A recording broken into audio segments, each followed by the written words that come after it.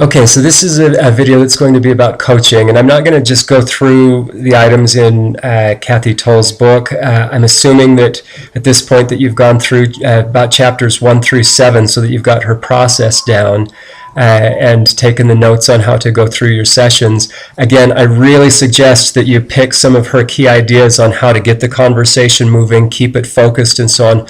Put those on note cards for you, because the moves, the coaching moves that she's trying to help you learn, for most of us, for me included, are not natural. They're things that you actually have to do 3 or 4 times from a prompt card, and then you'll start to figure out, oh, it works, it's conversational, I have my own words for it, I don't have to use Kathy Toll's words. All of those things only happen after you've used them quite a few times and have been pleased with the outcome that you're getting.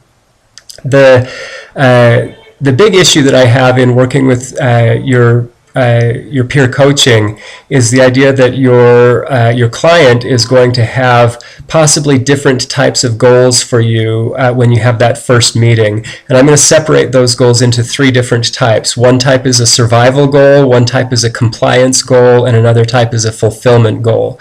So the survival goals are for the teacher who really just feels stressed and needs your help. How are you going to help me dig out from underneath the mess that I'm in? And if you're coaching a teacher like that, there's nothing wrong with you helping her survive, helping her get done what needs to be done.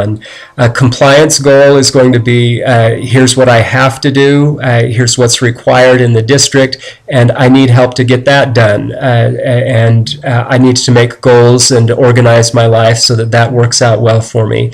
And many teachers, even veteran teachers, do ask for that help in helping get their career organized, especially if they've done something new. Somebody moves from 5th grade down to 1st grade for the first time in their career. It's a whole new management game when you go down with those younger kids. So there's nothing wrong with helping your teachers with compliance goals. The fulfillment goals can be accomplished alongside survival and compliance goals.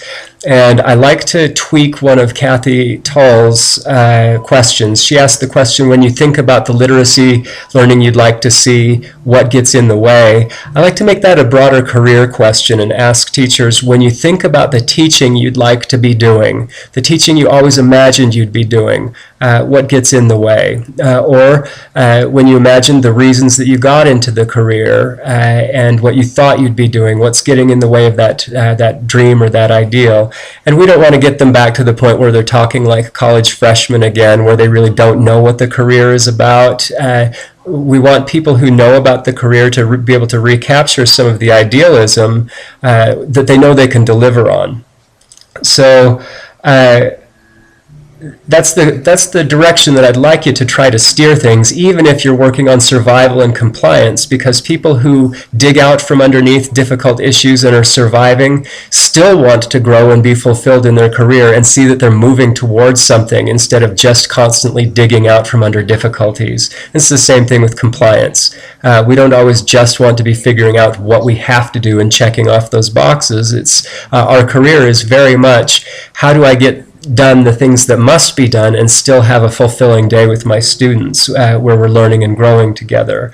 So try to draw that out by asking some of those questions. Maybe even after you've already set your goals, shift by asking things like the what gets in the way kind of question, and perhaps even moving over to just talking about clearly, what do you want or hope for from this career as a teacher? And is anybody helping you talk about that or work on that? So, and that's a question that for me in the past has often brought me up to the idea that, well, no, I don't have anybody who's helping me think and talk about the issues that would help me grow. And I thought I was doing fine on my own, but when somebody finally asked me about it, I was like, yeah, I really would like a mentor to be able to bounce things off of.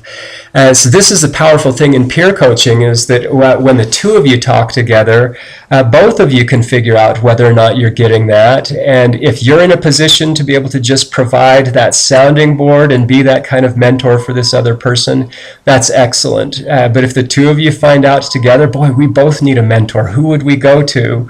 Then you're actually working on those big career-wide, big picture things that coaching can be about if you're willing to take it that direction. So I'm encouraging each of you that's in the 692 class to get that first coaching meeting done and send me just an overview of the things that you said, the things that they said, and how you think that your coaching moves were drawing them out. I would like to just hear from a few more of you by email so I can hear how you're doing on your survey and on your coaching and on your progress on getting your hands on a packaged reading program, as well as starting to talk to people about how you can learn about the pricing.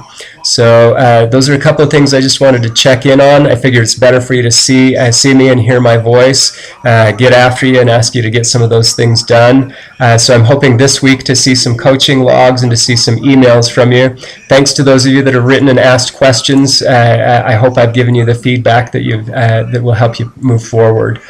All right, I may pop up another video next week. I'll be at CCIRA on Thursday and Friday. I hope to see some of you there, and we'll definitely see each of you in 2 weeks. Bye-bye.